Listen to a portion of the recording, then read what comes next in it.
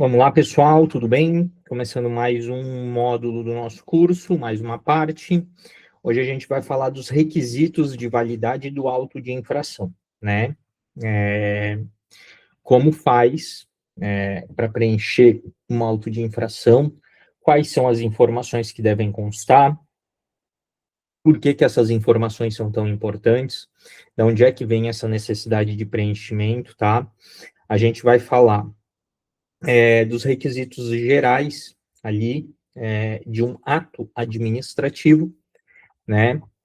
A gente vai falar do artigo 280, que é a base do auto de infração, falar um pouco da portaria 354 da Senatran, que é a portaria que estabelece os campos do auto de infração, tá?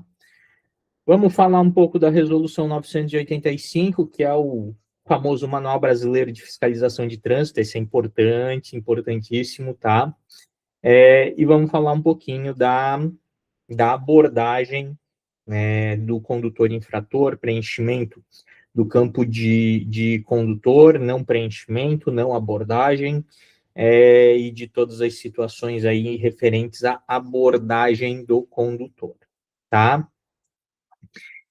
Pessoal, falando um pouquinho dos requisitos de validade de um ato administrativo, de forma geral, né? Direito de trânsito, basicamente, é uma área do direito administrativo, né? Então, o direito de trânsito é um direito público. Então, quando a gente não tem como a gente falar de validade de auto de infração sem a gente falar de direito administrativo e de requisito dos requisitos de um ato administrativo de forma geral. Porque o auto de infração é um ato administrativo. E aí, consequentemente, ele tem que respeitar todos os requisitos de um ato administrativo normal, um ato da administração pública, tá? Quais seriam esses atos administrativos? Pessoal, é o COFIFORMOB. CO de competência, FI de finalidade, FO de forma, MO é motivo e OB é objeto. Competência, forma, finalidade, motivo e objeto. Esses são os 5 requisitos do ato administrativo. Pessoal, competência. Quem é competente para praticar aquele ato administrativo? Isso aqui a gente não vai falar, porque a gente já falou numa outra aula, que foi a aula que a gente falou de competência de autuação. Quem que são os órgãos competentes para fazerem a autuação, e a gente falou também de quem é que é o servidor competente para lavrar o auto de infração. Então, isso aqui já é assunto superado, já é assunto, já é aula dada, tá? Como eu dizia na graduação, né, quando dava aula na graduação, aula dada, conteúdo dado. Pessoal, finalidade. Aqui a gente tem algo muito interessante, tá? Que é requisito do ato administrativo, mas que aqui no direito de trânsito, desvio de finalidade do ato administrativo, ele acaba sendo, às vezes, um pouco difícil de comprovar, tá? E se a infração, e a gente só tem êxito em levantar uma tese de desvio de finalidade, se a infração realmente não aconteceu, tá? Porque daí a gente tem uma nulidade mais grave. Mas se a infração realmente aconteceu, levantar um desvio de finalidade, principalmente quando a gente está falando no processo administrativo, não vai trazer nenhum requisito, não vai trazer nenhuma possibilidade de êxito, tá? O que seria a finalidade? Pessoal, qual que é a finalidade vamos pegar aí, de uma infração de recusa? Qual que é a finalidade de uma infração de recusa? A autuação. Por que o agente de trânsito autua a infração de recusa? Pessoal, o agente de trânsito, ele autua a infração de recusa que a recusa serve para pegar quem está sob suspeita de consumo de álcool, pega o cara que está com suspeita de consumo de álcool, tira ele da direção e não deixa mais ele dirigir. Autua ele para penalizar ele, lógico, mas aplica a medida administrativa e tira ele da direção. Pessoal, para que serve isso? Isso serve para reestabelecer a segurança no trânsito. Aquele cara que está suspeito de embriaguez, ele não pode dirigir, ele pode causar um acidente. Pessoal, segurança no trânsito é o princípio mor do nosso direito de trânsito brasileiro. Então, quando o agente de trânsito ele autua em infração de recusa, ele está autuando em detrimento do princípio da segurança no trânsito, para reestabelecer a segurança no trânsito. É por isso que, e aí vem uma coisa tão importante, é por isso que, quando a gente está falando em alguns tipos de infrações específicas, é tão relevante o agente de trânsito descrever qual que foi a medida administrativa aplicada. Na recusa, por exemplo, pessoal, na recusa, é muito relevante o agente de trânsito dizer qual que foi a medida administrativa aplicada, se ele removeu o veículo, se ele liberou o veículo para terceiro habilitado. Por quê? Porque, pessoal, ele não pode devolver o veículo para o condutor, né? Senão a infração perde totalmente a finalidade, né? Então ele autuou para quê? Autuou só para arrecadar o dinheiro? Não tem como, né? Não pode. Ou ele liberou o veículo para uma pessoa que não tinha habilitação, ou ainda uma pessoa que não fez o bafômetro também, pô, a situação de insegurança no trânsito continua, entendeu? Então a gente tem um desvio de finalidade, tá? Mesma coisa, outro exemplo que a gente tem é o condutor ou o infrator que briga com o agente de trânsito, se envolve na discussão com o agente de trânsito, e aí o agente de trânsito autua a pessoa não por conta da segurança no trânsito, não por conta de qualquer outro motivo, mas autua ele imbuído de sentimento íntimo para causar um prejuízo, para ferrar com o cara, entendeu? Isso é um desvio de finalidade. Então, competência e finalidade, ok. Passada a régua também.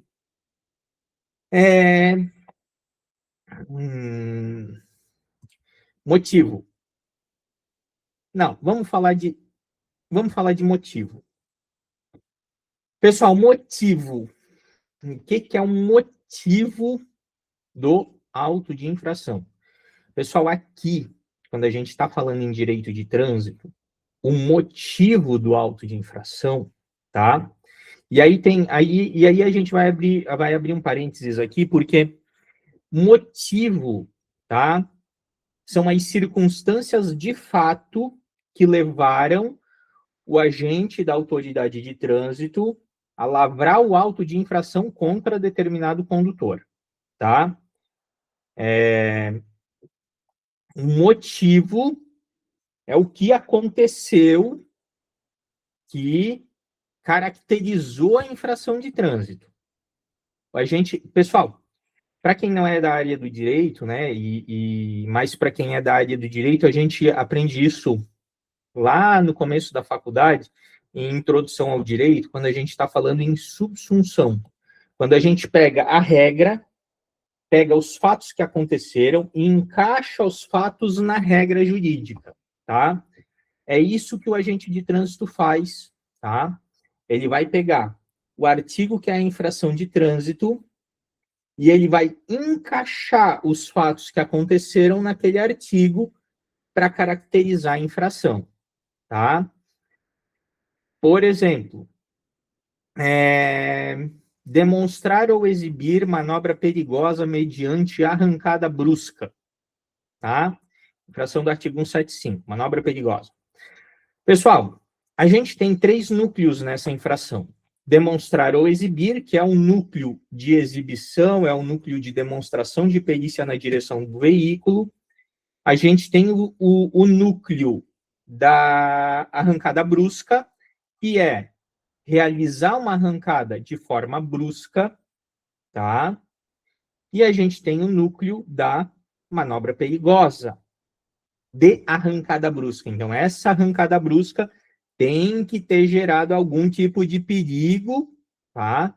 Para que seja caracterizada a infração. Pessoal, a gente tem 3 núcleos nessa infração.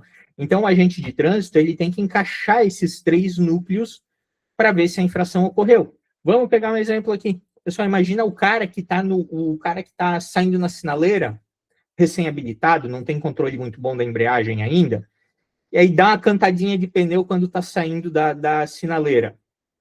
Pessoal, teve arrancada brusca? Teve arrancada brusca. Beleza, um núcleo tá preenchido. Teve um intuito exibicionista, teve um intuito de demonstrar perícia na direção do veículo, mostrar que ele sabia fazer uma arrancada brusca? Não, não teve. Não teve. Então não encaixou. Em tese, o agente de trânsito não poderia autuar essa infração. Por quê? Por falta de motivo, tá? Não teve motivo de fato que desse margem para ele poder autuar aquela infração. Por quê? Porque ele não conseguiu encaixar todos os fatos que aconteceram dentro do artigo que enquadra a infração, tá? Então, isso é motivo. Pessoal, dentro do direito administrativo, a gente ainda tem uma diferença entre motivo e motivação, tá? Motivo são os fatos que aconteceram, e motivação é a exposição dos motivos. É o agente de trânsito colocar ali no auto de infração, exatamente com as palavras dele, tudo o que aconteceu e que levou ele a autuar aquela infração. Motivação é a exposição dos motivos no ato administrativo. Pessoal, a motivação dos autos de infração, tá? Ela já está feita. Na realidade, ela já tem uma base pré-determinada, que não pode fugir daquilo ali, que é o Manual Brasileiro de Fiscalização de Trânsito. Pessoal, a Resolução 985, ela traz exatamente toda a motivação das infrações de trânsito. Cada uma das 414, se eu não me engano, sai uma cacetada de infração. Não sei se é 414, é 400 e poucas, tá? Infrações, não é infrações ainda, são enquadramentos infracionais, porque às vezes uma infração, um artigo se desdobra em 2 enquadramentos diferentes, tá? Como assim? Um artigo se desdobra em 2 enquadramentos diferentes? Aquela infração do artigo 175 que eu falei antes, demonstrar ou exibir manobra perigosa mediante arrancada brusca, tem ainda um ou frenagem com derrapamento de pneus, tá? Então, assim, tem um enquadramento para manobra de arrancada brusca e tem um enquadramento para frenagem com derrapamento de pneus. Dá para caracterizar de 2 formas essa infração. E aí são 2 enquadramentos infracionais, 2 códigos de infração diferentes, tá?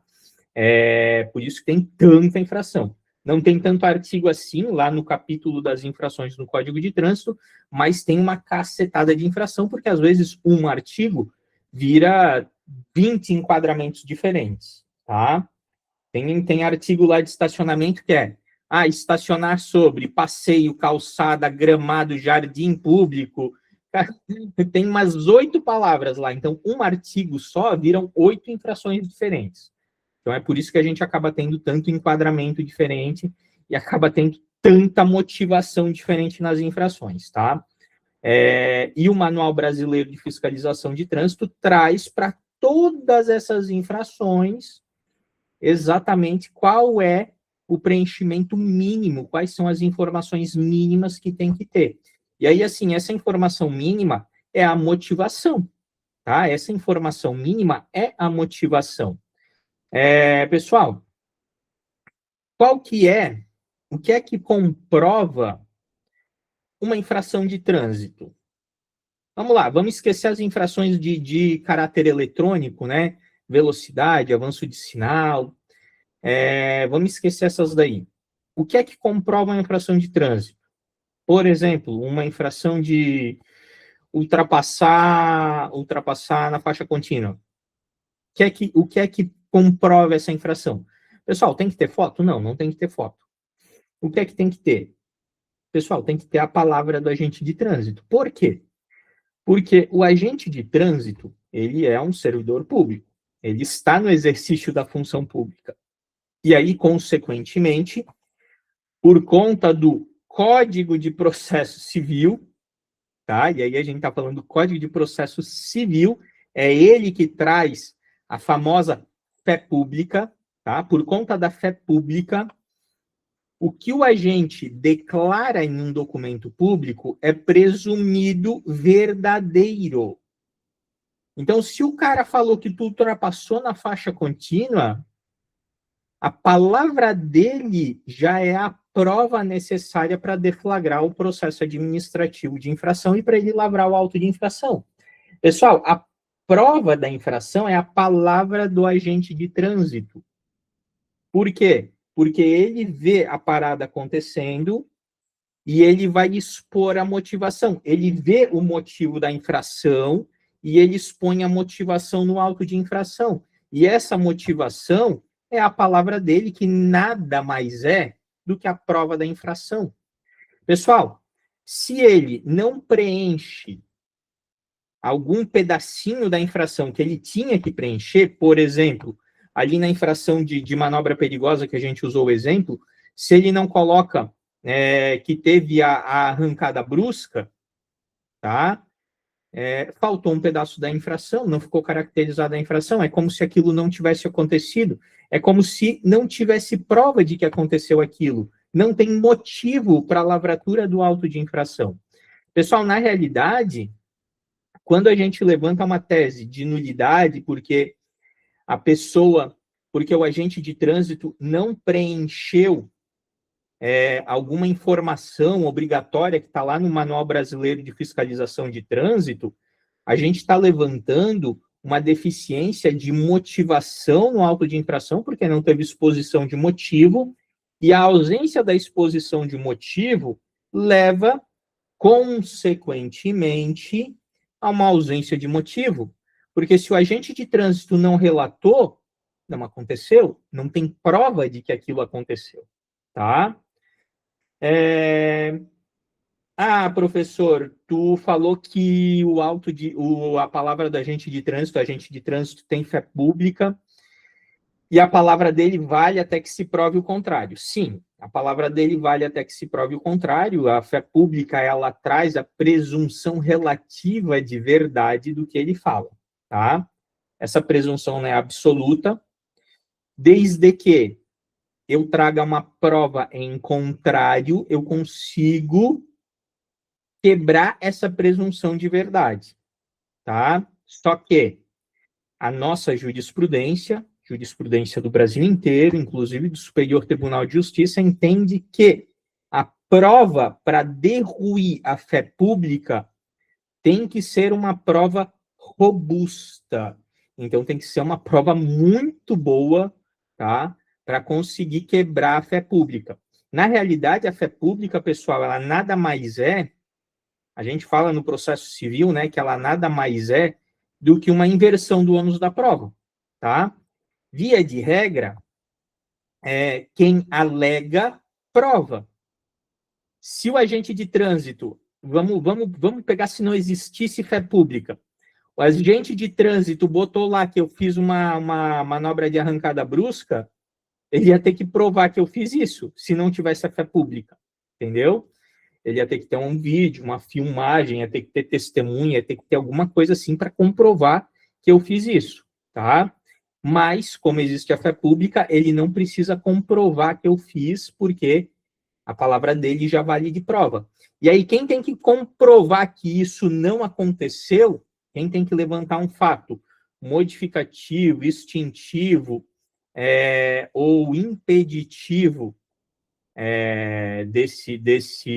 dessa infração, sou eu. Eu é que tenho que levantar esse fato de prova, e eu que tenho que comprovar isso, tá? Pessoal, toda vez que a gente está falando de motivo no auto de infração, a gente acaba falando de prova, tá? Porque se eu quiser brigar por conta do motivo de um auto de infração, eu vou entrar numa briga de prova, tá? Eu vou ter que trazer prova para contrapor o motivo. Eu não fiz tal coisa e ele botou que eu fiz no auto de infração. Pessoal, precisa de prova, tá? E como é que se provam as coisas no processo administrativo? Tem um módulo específico de teses de defesa que a gente vai falar, e um módulo específico de peças, onde eu vou entrar mais a fundo nessa parte. Mas, pessoal, via de regra, prova documental, tá? Mas o processo administrativo de trânsito, ele deve admitir testemunha. Por quê? Porque o direito à ampla defesa e contraditório no processo administrativo, que é um direito processual fundamental, ele tem que garantir uma ampla forma de comprovar os fatos que eu levanto. E essa ampla forma é por meio de testemunha, inclusive. Não existe em nenhum lugar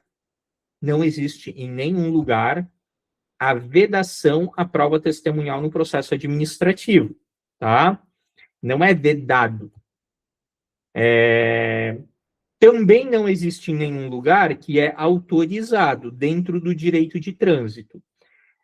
Se a gente pegar dentro do direito administrativo de uma forma mais ampla e subsidiária, aí sim, aí a gente pega a lei do processo administrativo, pega o processo civil, que também é aplicado subsidiariamente ao direito administrativo, e aí a gente vai ter a prova testemunhal. Mas a gente nem precisa ir tão longe. Por quê? Porque ampla defesa e contraditória é um direito fundamental e, como qualquer direito fundamental da nossa Constituição, ele é autoaplicável. Eu não preciso ter uma regra para regulamentar a aplicação desse direito. Então, não cabe, né, uma não aplicação desse direito. Pessoal, dentro da lei do processo administrativo, se eu faço um pedido de prova, a autoridade julgadora, ela vai analisar essa prova. Deixa eu ligar o ar-condicionado, porque eu estou morrendo de calor. A autoridade julgadora, ela vai analisar essa prova e vai dizer se ela defere ou não a produção dessa prova, tá? E a autoridade julgadora no processo administrativo, pela lei do processo administrativo federal, e aí a gente já falou da aplicação dela no direito de trânsito, pela lei do processo administrativo federal,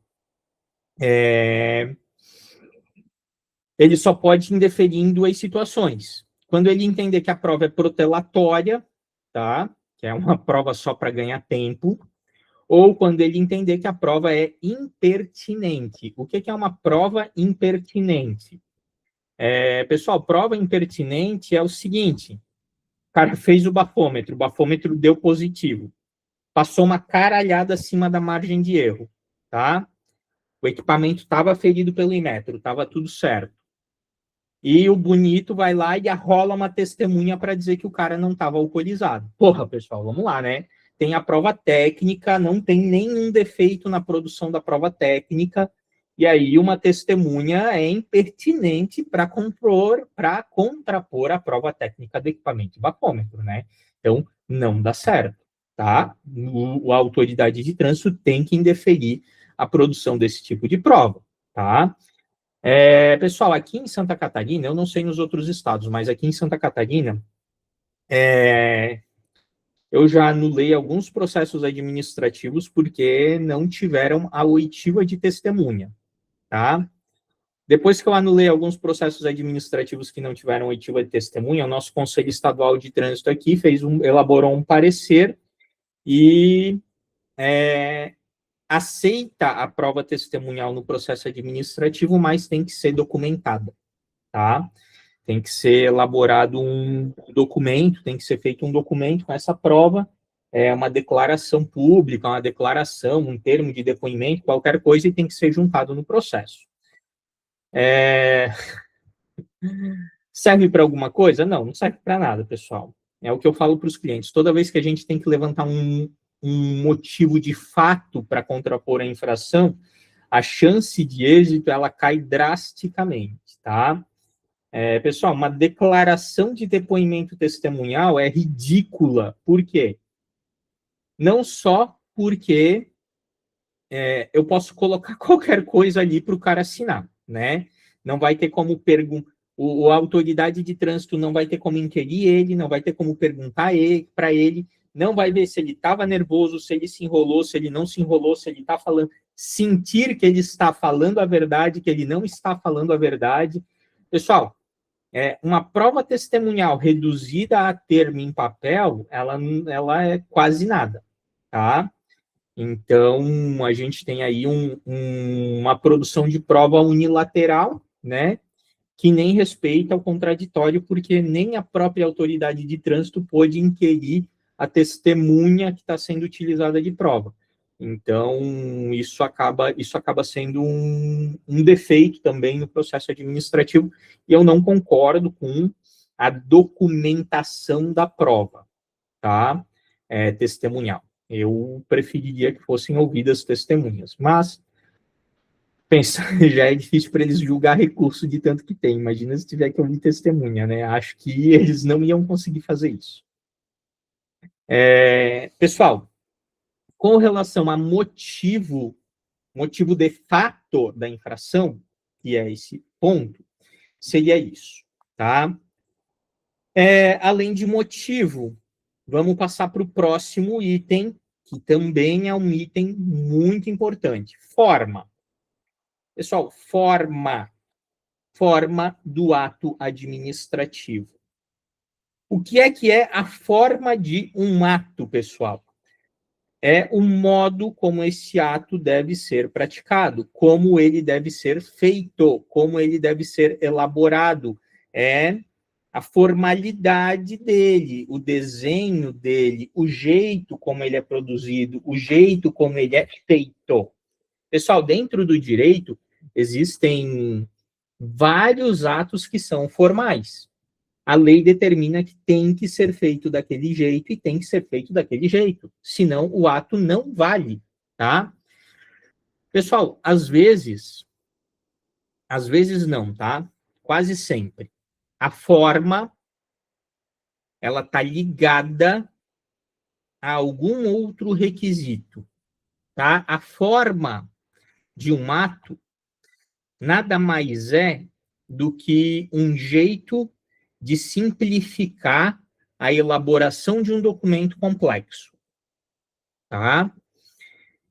Se não existisse o auto de infração padrão, que o agente de trânsito só vai lá e preenche as coisinhas, pessoal, se o agente de trânsito tivesse que fazer um relato manuscrito da infração, com todas as informações, pessoal, ia ser muito difícil. O agente de trânsito, ele ia fazer praticamente uma peça jurídica, ele ia fazer praticamente o que um promotor faz, tá? Que é uma peça de acusação num processo criminal. Se não existisse a forma, tá?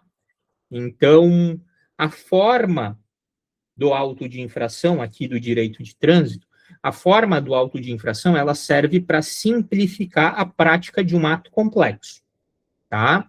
A gente vai pegar aquele ato que seria muito complexo de ser feito, vai criar uma forma, um padrão para ele, onde o cara só vai lá preencher as coisinhas, e aí vai ficar muito mais fácil de fazer, tá? E aí, pessoal, onde é que estão as coisinhas que o agente de trânsito tem que preencher? CTB Planalto, artigo 280. CTB Planalto, artigo 280 do Código de... Não, 180 não. 280. 280 do Código de Trânsito. Ocorrendo a infração prevista na legislação... Deixa eu compartilhar essa tela bonita aqui.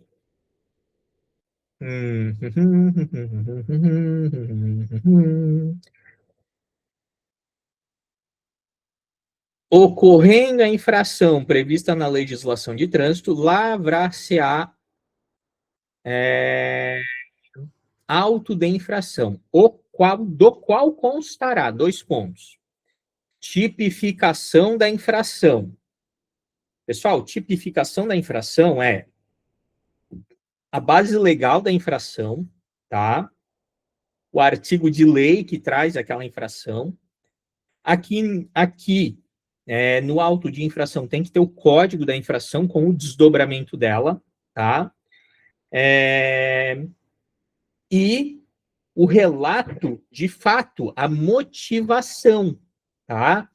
Isso daqui, esses 3 juntos, seriam a tipificação da infração.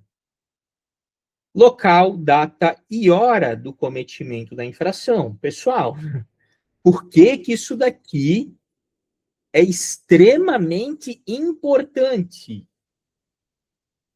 Galera, local, data e hora da infração é extremamente relevante, é extremamente importante por conta de contraditório, né, pessoal?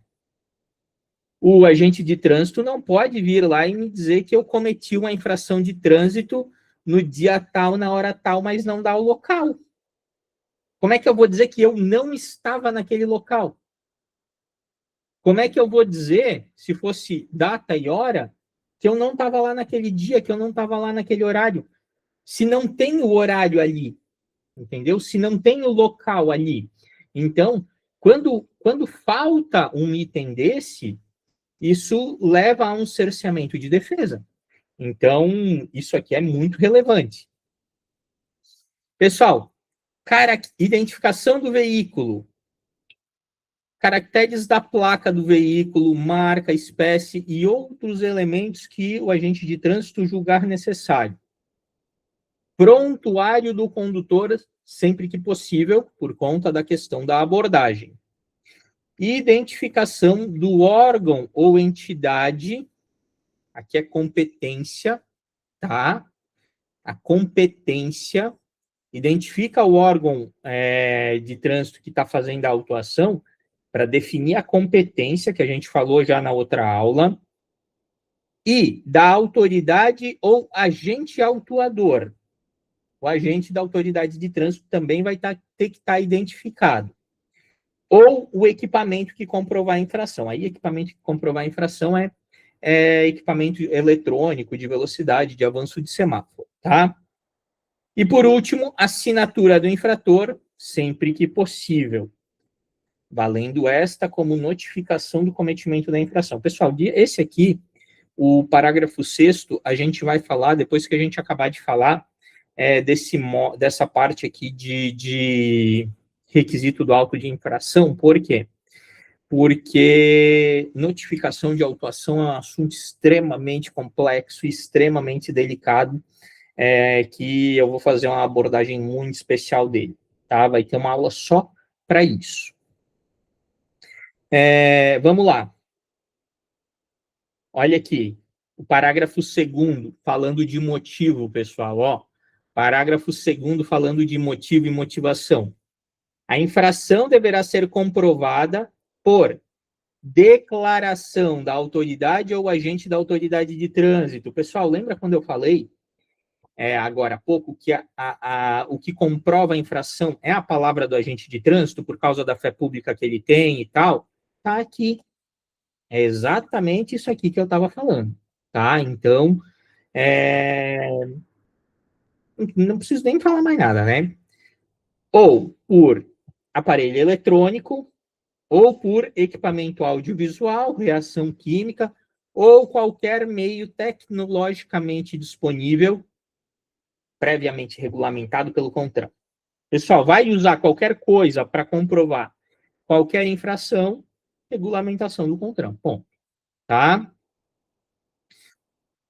Autuação. Autuação.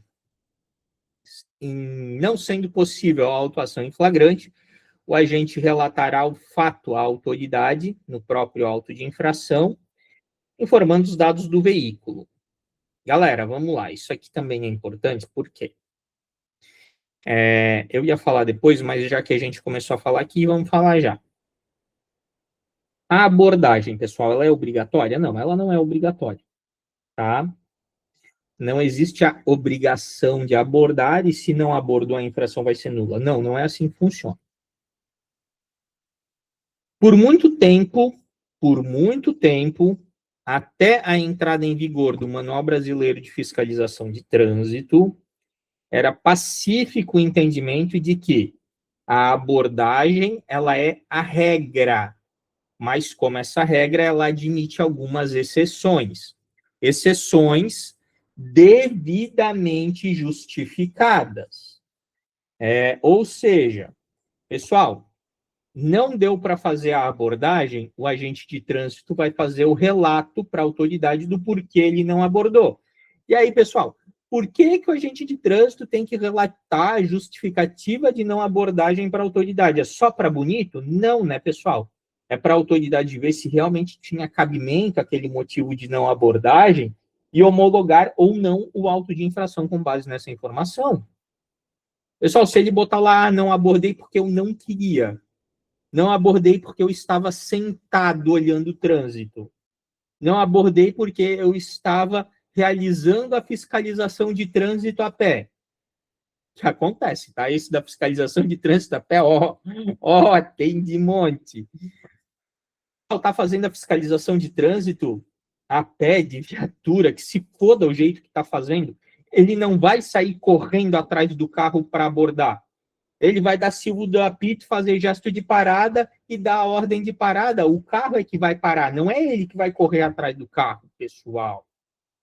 Coloca isso na cabeça. Ordem de parada, ele pode dar de qualquer lugar e é rapidinho. É ele fazer assim, ó, mandar o carro parar e dar uma pitada. É rapidinho, é 2 palitos para ele fazer isso. E aí o cara vem me dizer que não teve tempo de realizar. Eles colocam no auto de infração que não teve tempo de realizar a abordagem. Pessoal, ele não precisa realizar a abordagem. Basta ele dar a ordem de parada. E aí, se o condutor desrespeitar essa ordem de parada que ele deu, aí ele mete uma multa de desrespeitar a ordem de parada e tá tudo certo, tá? Mas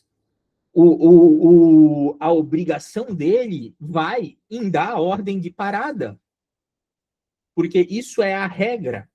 Ele só não vai precisar da ordem de parada quando realmente ele tiver impossibilitado de fazer. Por exemplo, sei lá, está atendendo o acidente de trânsito e tem número de boletim de ocorrência, ele bota tudo isso na infração bem certinho. Beleza, ok. Ou ele deu a ordem de parada e o cara vazou, o cara deu pinote, fugiu, meteu a fuga. Pessoal, também não vai ter abordagem. Então, assim, essa justificativa de não abordagem, ela era a exceção, tá? Até o Manual Brasileiro de Fiscalização de Trânsito. Recentemente, o Manual de Fiscalização trouxe aí as infrações que são passíveis sem abordagem, tá? E aí tem lá, passível sem abordagem, sim, não, sim, não, sim, não, para todas as infrações ali tem.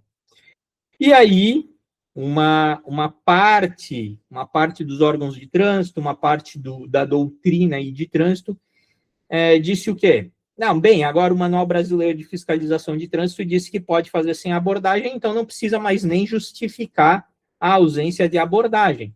O manual disse que pode ser sem abordagem, é isso aí, tá tudo certo. Pessoal, beleza o manual dizer que pode ser sem abordagem, é passível sem abordagem, mas isso não exclui o que está no Código de Trânsito, que é o relato de quando ele não faz a abordagem. Tá?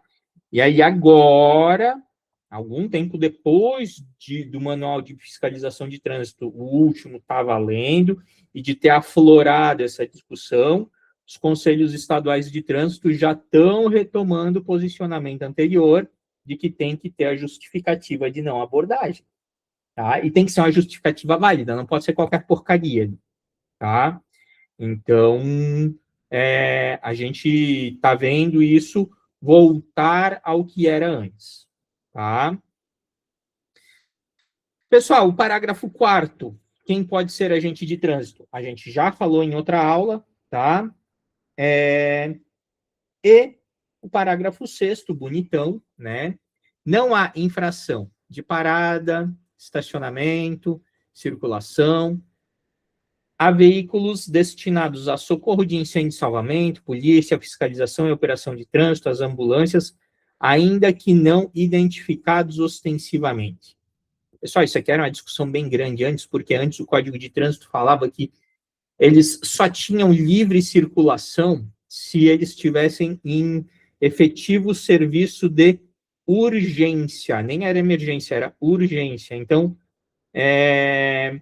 esses veículos, se eles não tivessem efetivo serviço de urgência, eles levavam multa e eles tinham que pagar multa, tá? E aí vinha a multa e aí tinha que comprovar se estava em serviço de urgência ou não.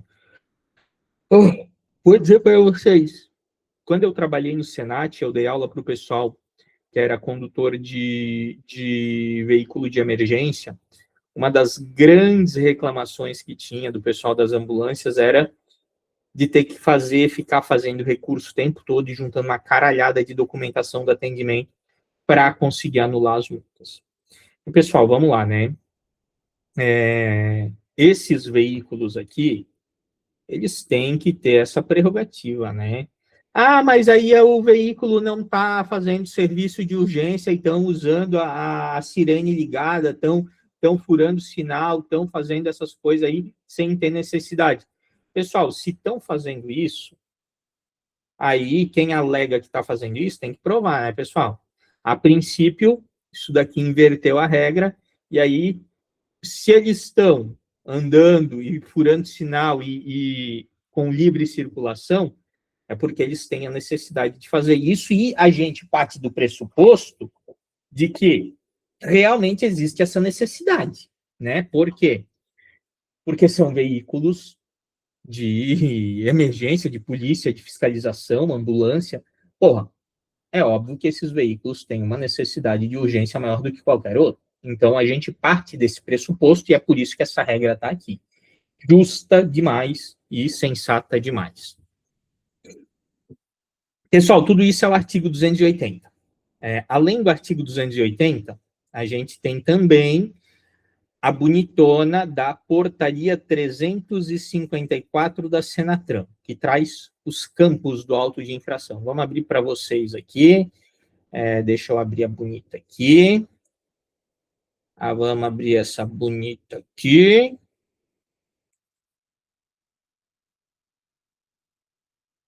Portaria da Senatran.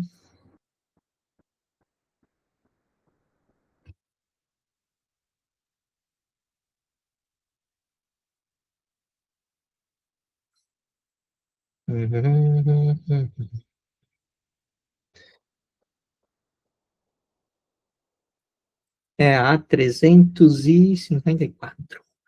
Ctrl F, 354. Opa, passou.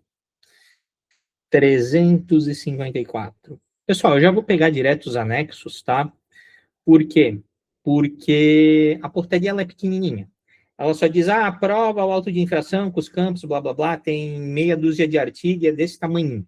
O que importa para a gente é o anexo da portaria, que traz ali, sim, todas as informações dos órgãos dos campos de preenchimento do auto de infração, tá? Deixa eu mudar o compartilhamento aqui. Apresentar outra coisa. Anexo da portaria.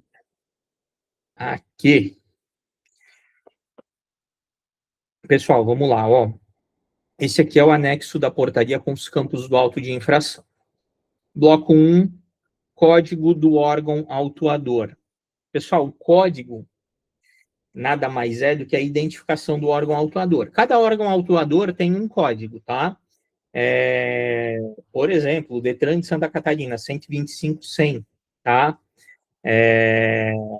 125.200, 121.200, 121.100, Rio Grande do Sul. Então, pessoal, a gente tem aí os códigos dos órgãos autuadores, tá? Isso aqui estabelece a competência.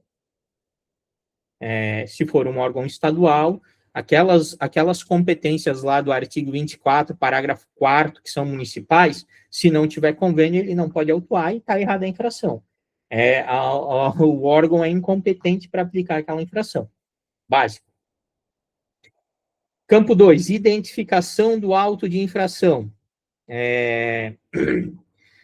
Campo que será utilizado para a identificação exclusiva de cada autuação. Campo obrigatório. O campo de órgão autuador também é obrigatório. Pessoal, esse campo de identificação do auto de infração é o número do auto de infração, tá? Para identificar o número, é o número do RT. Bloco 2, tá? Campo 1, placa, obrigatório. Campo 2, marca, obrigatório. Campo 3, espécie do veículo, obrigatório. Campo 4, país, facultativo esse campo, tá? Bloco 3, identificação do condutor. Nome, campo facultativo, tá? Para infrações registradas por equipamento eletrônico. Número de habilitação do condutor, facultativo também para infrações registradas por não metrológico. UF, tá? De registro da habilitação do condutor. E CPF facultativo também, tá? Para infrações de equipamento eletrônico. Mas para os outros autos de infração, nome, número de CNH, UF da CNH e CPF são obrigatórios, tá? Do condutor. Pessoal, precisa ter identificação do proprietário? Não, a maioria dos autos de infração tem a identificação do proprietário, a identificação do infrator ou do condutor, tá? Mas proprietário não é necessário. Bloco 4, campo 1, local da infração. Muito importante, a gente já falou disso. Campo obrigatório, campo. Campo 2, data, obrigatório. Campo 3, hora, obrigatório, a gente já falou disso. Campo 4, código de município. Pessoal, cada município tem um código. É igual órgão autuador. Cada município tem um código. Nome do município e o F do município. Campos obrigatórios. Tem que ter, tá, pessoal? Todos esses tem que ter. E obrigatório, quando diz ali obrigatório, é de preenchimento obrigatório, tá, pessoal? Preenchimento obrigatório. O bloco 5 de tipificação da infração, código da infração, desdobramento da infração, como eu falei para vocês, né? Descrição da infração, a redação dela. E aqui, pessoal, esse campo aqui é importante. Equipamento é um instrumento de aferição utilizado. É o equipamento que eles utilizaram na abordagem, tá? Se for um bafômetro, é o número do bafômetro, marca, modelo e número.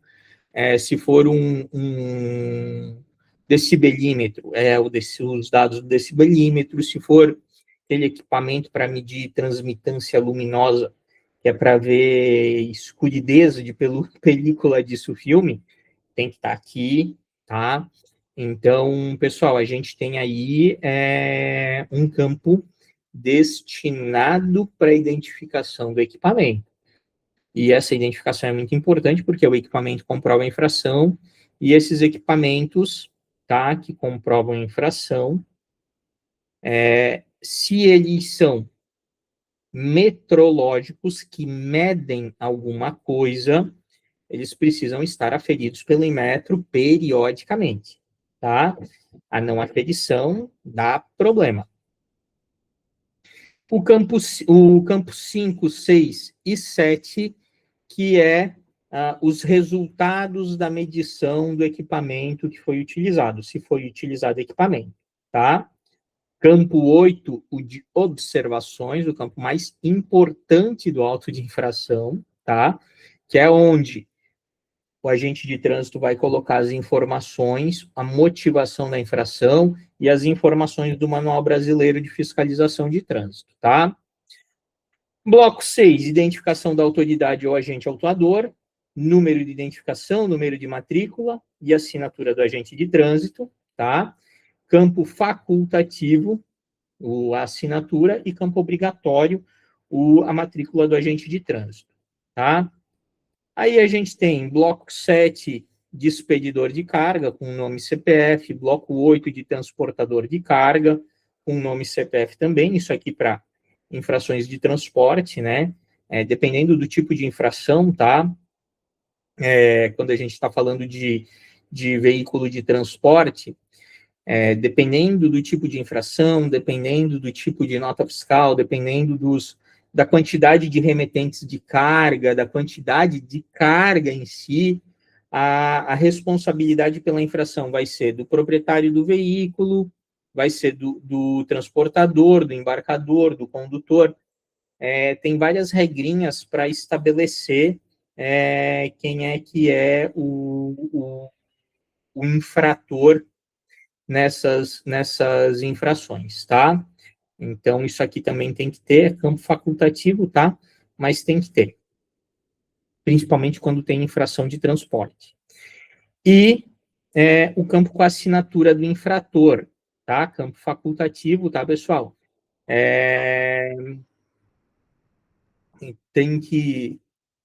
A assinatura não é obrigatória, mas, sempre que possível, o agente de trânsito tem que fazer a abordagem em flagrante e pegar a assinatura, tá? Sempre que é possível.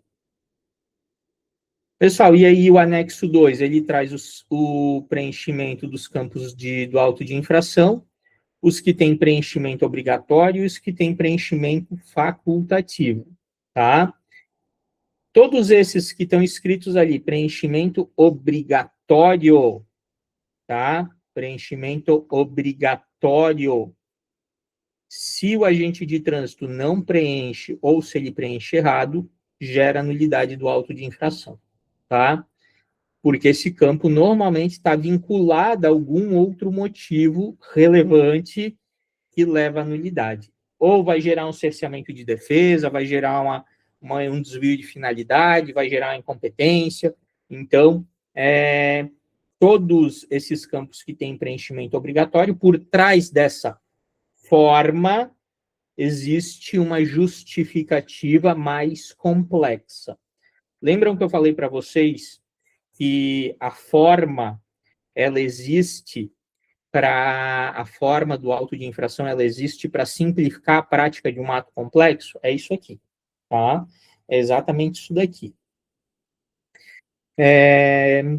Pessoal, acho que era isso. Isso é o mais importante para a gente falar aí de formalidade de auto de infração, tá? Isso era toda a parte de formalidade, tá? E agora só sobrou um item, que é o objeto do auto de infração. Pessoal, o objeto, ele não se confunde com finalidade, tá? Finalidade é uma coisa mais ampla. O objeto de um auto de infração, tá? Ele seria o efeito que esse auto vai produzir, o efeito que esse auto de infração vai produzir no mundo jurídico, ou os efeitos, tá? Quais são os efeitos de um auto de infração? Pessoal, primeiro a gente tem as medidas administrativas, né? Que são efeitos imediatos na hora da abordagem. Depois a gente tem outros efeitos que se protraem com o tempo. Por exemplo, a instauração do processo de multa para a aplicação da pena de multa, a instauração do processo de suspensão de carteira para a aplicação da pena de suspensão do direito de dirigir, tá? E reciclagem. Pessoal, o objeto é a penalidade que vai ser aplicada, ou é o efeito que esse ato administrativo produz no mundo, tá? E aí a gente tem, quais são os efeitos que um ato administrativo produz? 2 efeitos pelo Código de Trânsito, basicamente, medidas administrativas e penalidades, tá? E aí esses são os objetos do auto de infração. Pessoal, um auto de infração, ele não pode ser utilizado para outro objeto, tá? Ele não pode ser utilizado para surtir outro efeito no mundo jurídico, tá? Por exemplo, circulou há uns anos atrás, eu não sei se vocês viram, mas circulou há uns anos atrás, eu acho que eu devo ter até foto aqui ainda, se eu não apaguei a conversa do grupo, mas eu mandei no grupo da Abatran, que é a Associação de Advogados de Trânsito do Brasil. Eu até mandei, que foi aqui em Santa Catarina, foi um auto de infração lá de Criciúma. O agente de trânsito lavrou auto de infração, porra, Ele fez uma declaração de amor desse tamanho assim, ó, no campo de observações. Na realidade, ele usou o auto de infração para mandar um recado para a condutora. A condutora se fez desentendida, disse que não era com ela e tal, mas ali o objeto do auto de infração não era a penalidade. O objeto do auto de infração era mandar esse recado para a condutora, né? Então a gente teve ali um objeto um objeto diferenciado no auto de infração, tá? Pessoal, assim a gente fecha, né? A gente fecha todos os 5 requisitos do ato administrativo, especificamente falando dos autos de infração de trânsito, com todos os seus requisitos do Código de Trânsito, das resoluções e tudo. Pessoal, com relação à questão de Manual Brasileiro de Fiscalização de Trânsito, com relação a nulidades específicas e com relação à aprofundação ali na questão da validade da infração sem abordagem, eu vou falar isso em módulos específicos. Tem um módulo específico do curso que vai ter o módulo de nulidades, tá? E aí, nesse módulo de nulidades, eu vou falar, eu vou aprofundar muito mais esses argumentos, esses itens aqui. Isso aqui foi só uma canjinha do que a gente vai ter mais para frente, tá? Era isso, a aula de hoje está encerrada, a gente já teve bastante conteúdo, tá tudo certo. Meus queridos, tudo de bom para vocês.